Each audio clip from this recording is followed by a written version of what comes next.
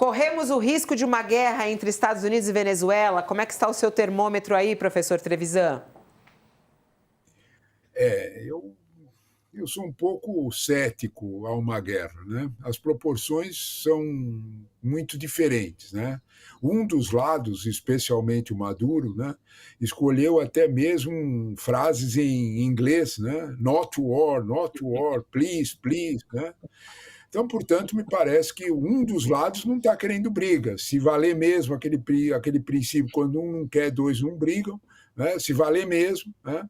O segundo é uma opinião que está se construindo, não foram um nem dois analistas que disseram que nós não temos uma crise diplomática e nem mesmo uma crise militar, porque a Venezuela não quer a guerra, né?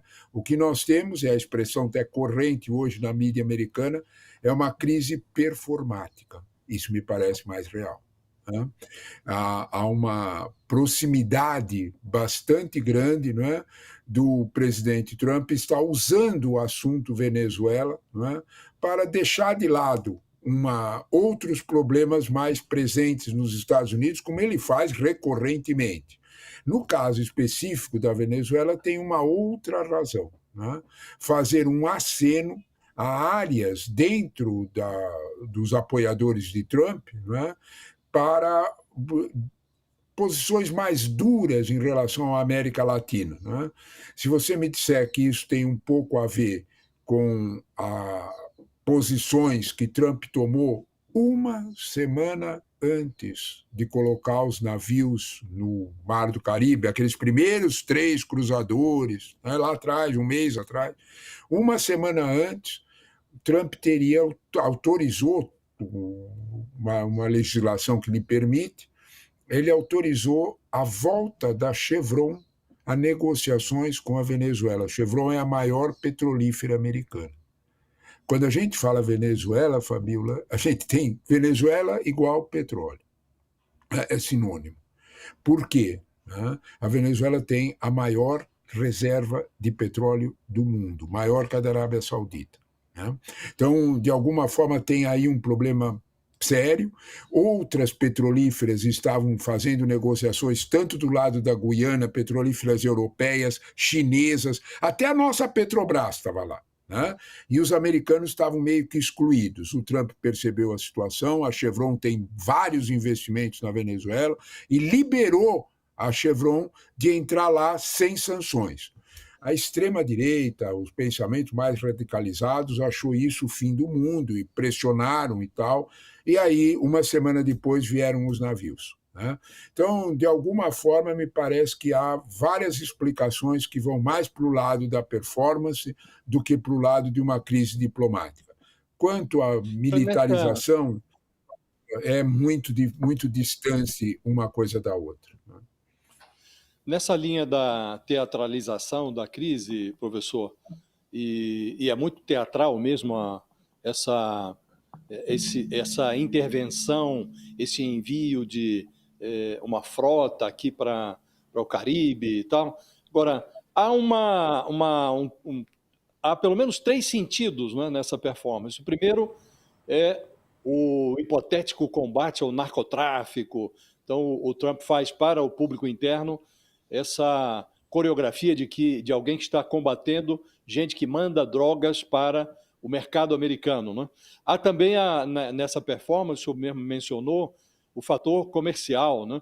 O interesse de pressionar o Maduro para que ele escancare a Venezuela para companhias americanas na exploração de petróleo, minerais venezuelanos. E o terceiro aspecto é o desejo de colocar definitivamente um pé num quintal que hoje é dominado pela China. Não é? A Venezuela tem laços muito fortes com a China, com a Rússia também, mas a China parece preocupar mais os Estados Unidos. Desses 3 elementos, narcotráfico, o interesse econômico e a geopolítica, a preocupação com a China, o que é que o senhor acha que é mais relevante? Eu acho que você conseguiu fazer um resumo muito bom, viu, Josias? Porque a gente tem que ponderar esses 3 fatores. né? Sem dúvida nenhuma, o fator tráfico de drogas é a desculpa favorável para qualquer coisa, né? Quando você fala a palavra tráfico de droga, ninguém é a favor, ou pelo menos publicamente a favor. Pronto, está resolvido o problema, né? Isso aí é meio irreal. Todos os analistas, todos, não tem um analista que está sério, que lida com números sobre tráfico de drogas, aponta a Venezuela como um ponto desse tráfico. A Venezuela, se existir, ele é mínimo, né? Perto de Colômbia, perto de Peru, perto de Equador, perto de México, né? É mínimo, né? Não existe nenhum cartel assim com essa força, via Venezuela. Então, é mais ou menos irreal, né? A questão militar, essa questão de usar a pressão militar é desmedida, né? Trump fez um sinal performático absurdo, né? Ele deslocou um B-52 da frota de potencial artilhado nuclearmente. Imagine você, para fazer um passeio por ali, é um circo. Né? Então, é um B-52 artilhado nuclearmente, que vigia a Rússia, vigia para cá, não é real. Né? 10 mil soldados para tomar a Venezuela seriam irreais. Nem com 20 vezes mais ele conseguiria, 200 mil não seria possível. Então, todos os analistas concordam nesse ponto. Sobra esse ponto mais central que você mencionou e que eu concordo inteiramente, né? Que é fazer uma atenção mais forte à presença chinesa na América Latina. Né? A China foi, a gente lembrar um pouquinho, a China foi um financiador da Venezuela. Né? A China emprestou bastante dinheiro para a Venezuela e isso tudo, nós sabemos, tem uma forte interferência política. Quando a Venezuela estava absolutamente cercada com sanções de todo tipo durante o governo Biden, a China ajudou, já no primeiro governo Trump, a China ajudou no cerco à Venezuela quando Chávez morreu. Então, portanto, de alguma forma, a China está presente ali. Né? A área mais importante geopolítica? Não é, Josias. Né? Na América Latina, o que os americanos têm realmente receio é da presença da China no Brasil. Né? Isso é indiscutível. Né? Esse amor, esses 39 segundos de amor total do Trump pelo Lula, tem uma palavra, tem um motivo só e tem essas 5 letrinhas, né? China. Né? Se a gente olhar para a presença da China na infraestrutura brasileira, a gente já tem uma ideia. Durante o ano de 2024, os investimentos chineses no Brasil subiram 60%. Né? O porto de Xangai, no Peru, é o alvo maior para o agronegócio brasileiro. Então, tudo isso é real. Né? Então, eu acredito realmente que a preocupação é China, né? Na Venezuela, mas, sabe, eu acho que a performance é o mais forte, viu, Josias? Caiu do céu, a Venezuela está aí disponível, eles são realmente muito complicados, é uma ditadura dura na Venezuela, complexa, ele está disponível para servir, para performance. O Trump usou. Bom dia, professor, tudo bem? Queria perguntar para o senhor acha que essas ameaças todas, eventualmente até uma ação militar, podem fortalecer o regime do Maduro? Podem gerar uma onda de união nacional, solidariedade ao presidente, né, ao ditador? Como já aconteceu no passado, muitas vezes países atacados acabam se unindo em torno do líder, por mais detestável que ele seja. O senhor acha, ou o senhor acha também que o regime vai ficar mais duro, né? Vai ficar ainda mais autoritário numa situação como essa? Já, evidentemente que não é um regime democrático como nós conhecemos, mas pode haver uma nova onda repressiva, o Maduro pode usar isso como pretexto. Qual que é o efeito que o senhor acha que esse clima todo pode ter na política interna da Venezuela nesse momento?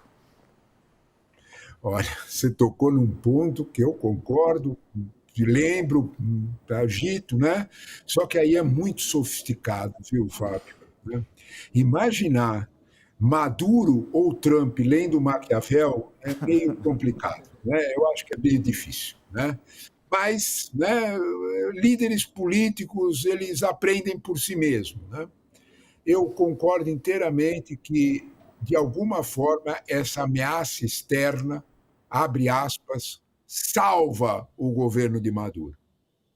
E isso atende inteiramente aos interesses da Chevron. Eu vou repetir, tá?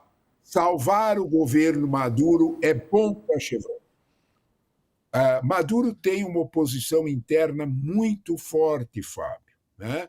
Em cima do Diosdado Cabello, que ele foi obrigado a nomear ministro do Interior, né?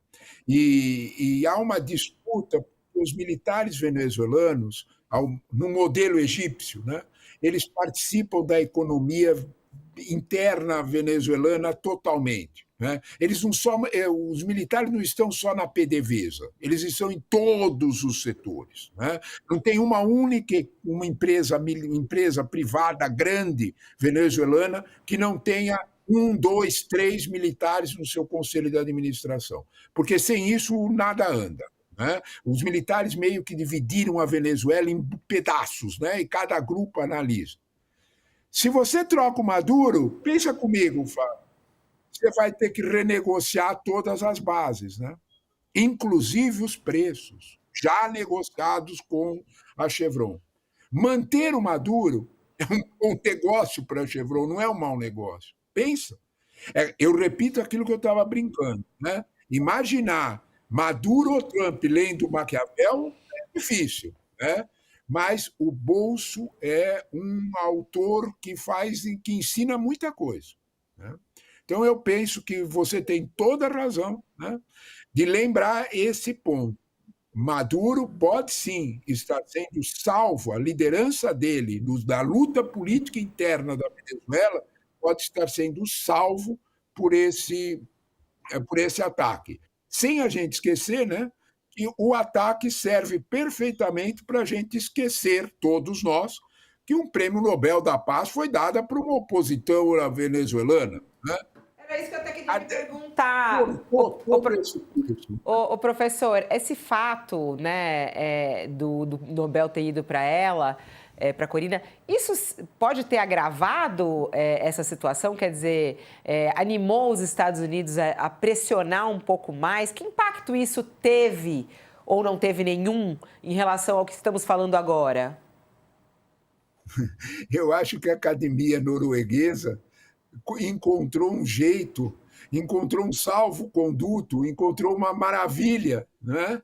Naquele pedido de meses atrás do Marco Rubio para a candidatura da Corina. Naquele tempo, o Trump não sonhava com o Prêmio Nobel da Paz, né? Ele passou a sonhar depois. Mas aí o Marco Rubio já tinha feito o pedido para dar para a Maria Corina. A academia norueguesa escapou de todas as pressões do Trump. O Trump ameaçou a Noruega com tarifas. Isso é real, isso foi. O Financial Times deu em primeira página, né? E outros jornais, o New York Times também deu, né, que o Trump ameaçou, ligou para o Stoltenberg, que era o secretário-geral da OTAN, norueguês, pressionando que queria o Prêmio Nobel da Paz. Tudo isso escapou, eles escaparam por essa tangente da Maria Corina. O Prêmio Nobel da Paz vai mudar? Eu acredito que não, viu?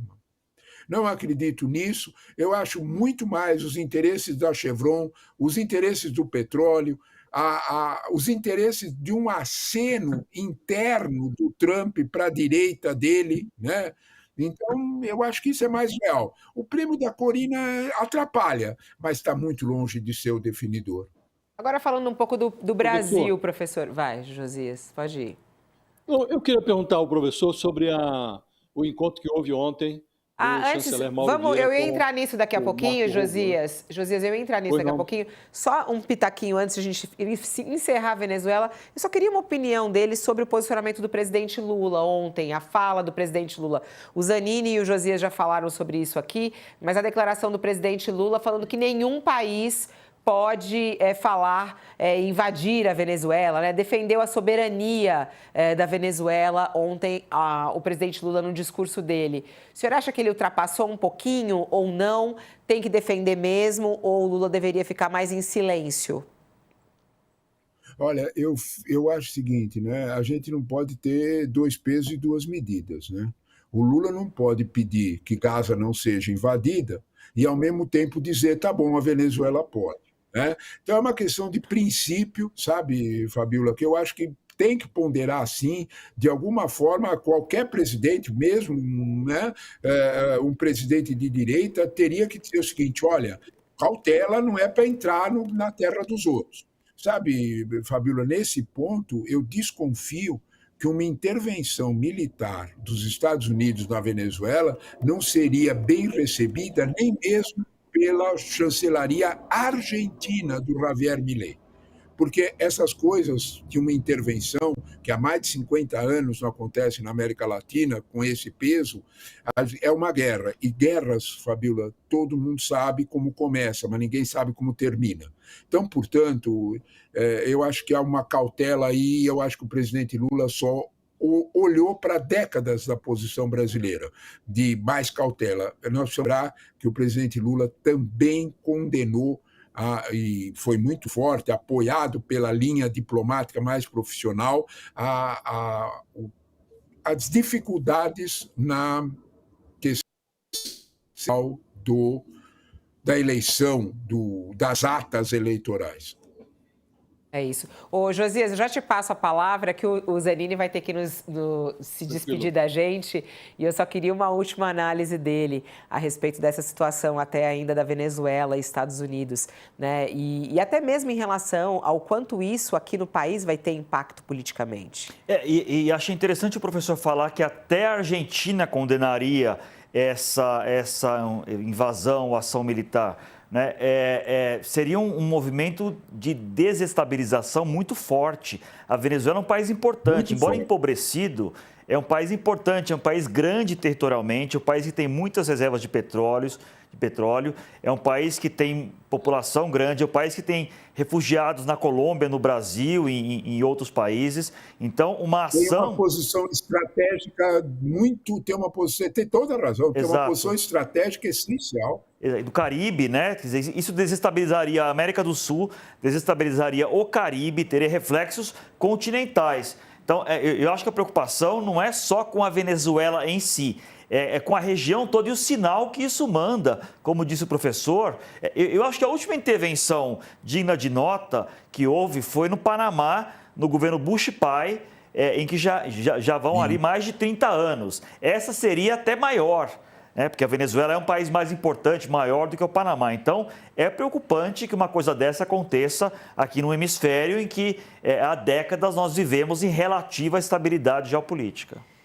Fábio Zanini, obrigada pela sua participação hoje aqui, querido. Obrigado, até a próxima. Até tchau, a próxima. Professor. Tchau, Josias. Tchau, professor. Obrigado. Para quem está conosco na TV... Tchau. Para quem está conosco na TV, a gente vai fazer um intervalo, mas a gente segue pelo YouTube, inclusive falando aqui com o professor Leonardo Trevisan, professor de Relações Internacionais da SPM, fazendo análise para a gente do noticiário internacional. Começamos com Venezuela e agora vamos nos debruçar a essa relação entre Brasil e Estados Unidos. Estamos bem ou não? Foi uma boa reunião ou não foi? Vamos falar sobre isso aqui no nosso YouTube. Vai para lá, canal UOL no YouTube. É com você, Josias. Pode fazer sua pergunta ao professor. Houve, então, essa reunião, professor, do chanceler brasileiro com Marco Rubio. Eu contava aqui mais cedo que, conversando ali com o diplomata do Itamaraty, que acompanha essa negociação, ele diz, agora é preciso definir algo que cabe ao Lula, qual será o troféu a ser entregue ao Trump, para que essa negociação chegue a bom termo. Sabem todos que o Trump precisa levantar dessa mesa com algum troféu. Que troféu o senhor imagina, que ganho, que vantagem o Brasil pode oferecer ao Trump? Olha, nessa reunião com o Rubio e o chanceler brasileiro, Mauro Vieira, eu chamo a atenção, talvez mais, são 2 pontos dessa reunião que são essenciais para a gente entender o quadro, né? O primeiro deles é o fato de que a reunião durou 1h10 e os 15 primeiros minutos da reunião, Josias, foi uma conversa a portas fechadas entre os 2 chanceleres e mais ninguém. Né? O que um disse para o outro, só os 2 sabem. Né? Então, de alguma forma, essa porta aberta, literalmente, para uma conversa de de cúpula, né, entre os dois chanceleres é essencial. O que é que foi dito nessa reunião, ninguém sabe, mas se tem fortes suspeitas, né? E o tom que o Brasil usou deve ter sido o mesmo que o Mauro Vieira usou lá atrás, quando ele foi lá e voltou com os 46% de taxas isentas, né? O Brasil pertence ao Ocidente. O Brasil é integrante do bloco ocidental. O Brasil não fechou com a China. Né? O Brasil não assinou a rota de iniciativa, o cinturão e rota de iniciativa chinês. Né? Sabe, José, tem algo muito sensível aí, tão sensível quanto a infraestrutura. A China ofereceu armamentos militares, a China ofereceu equipamentos militares para os brasileiros, para os militares brasileiros. Os Estados Unidos não levantaram uma orelha, levantaram as duas. Opa! Né? Então, eu acho que aí é muito, muito, muito significativo, e o Rubio foi tranquilizado pelo Mauro Vieira de que o Brasil continua no Ocidente. Daí, a segunda parte importante da reunião, a nota conjunta. O Departamento de Estado americano só assina notas conjuntas quando ele está muito integrado. Observa as reuniões com a China. Reunião com a China sai duas notas, uma da chancelaria chinesa, uma da chancelaria americana. Ter saído uma nota só é um sinal contundente de entendimento. Né? Mesmo porque parece que os dois lados estão precisando disso. Né? O lado brasileiro quer continuar vendendo para os Estados Unidos, e os Estados Unidos precisam do Brasil até mesmo na questão etanol, porque isso pode ser mais rápido do que terras raras, mais rápido do que uma negociação sobre regulação de Big Tech, e é muito essencial para o Trump fazer um aceno para a turma agrária, para o agrobusiness americano, que está muito prejudicado. Então, o etanol de milho pode ser uma porta aberta, e aí é uma questão de negociação. E eu acho que isso aí, de alguma forma, vai andar. Para quem estava conosco na TV, não voltamos ainda? Quanto tempo ainda? Estamos voltando em 10 segundos, a gente recebendo aqui o professor Trevisan. Muito interessante, porque a nossa manchete principal acabou de mudar justamente para isso que o professor estava falando. China. Estamos de volta aqui para todo mundo que estava nos esperando lá na TV. Agora estamos todos juntos aqui. O professor Leonardo Trevisan estava falando sobre a importância da China na conversa entre Brasil e Estados Unidos. Esse é o foco dos Estados Unidos, essa é a preocupação dos Estados Unidos. E o professor lembrou aqui algo muito interessante, que nessa reunião entre Marco Rubio e Mauro Vieira, a conversa só dos dois, sem ninguém junto, aconteceu antes da conversa com outras pessoas da equipe, e nessa conversa só os dois sabem o que foi falado, mas o professor aí tem suas suspeitas e acha que a China foi o principal assunto. É a nossa manchete principal agora, inclusive uma informação que o próprio Jamil Chad nos trouxe. Estados Unidos citam China no papo com o Brasil e admitem a preocupação com a soja. Deu match aí com o que o senhor estava falando. O senhor nem tinha visto essa manchete, né, professor? Não tinha visto, não sabia de nada disso. O Jamil tem razão, né? China e soja quer dizer que praticamente as vendas americanas da soja, e isso tem um impacto brutal, né? É na casa dos 2 dígitos de bi de dólar, perto dos 3. Então, isso impacta, isso tem todo a ver com o meio oeste. Né? Sabe, se você deixar agricultor americano muito bravo, pensa daqui a um ano, né?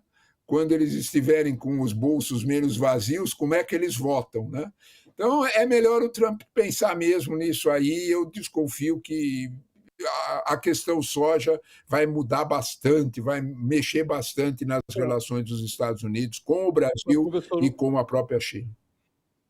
Uma das grandes sabedorias da diplomacia brasileira é a capacidade que o Itamaraty tem de navegar por entre os interesses sem nunca negligenciar o interesse brasileiro, né? Que aqui neste caso parece ser aproveitar as oportunidades que há dos dois lados, né? Oportunidades nos Estados Unidos, oportunidades na China. Acha possível extrair essa máxima oportunidade dos dois lados nesse momento em que o Brasil está mais concentrado, porque é necessário que seja assim, na negociação com a Casa Branca?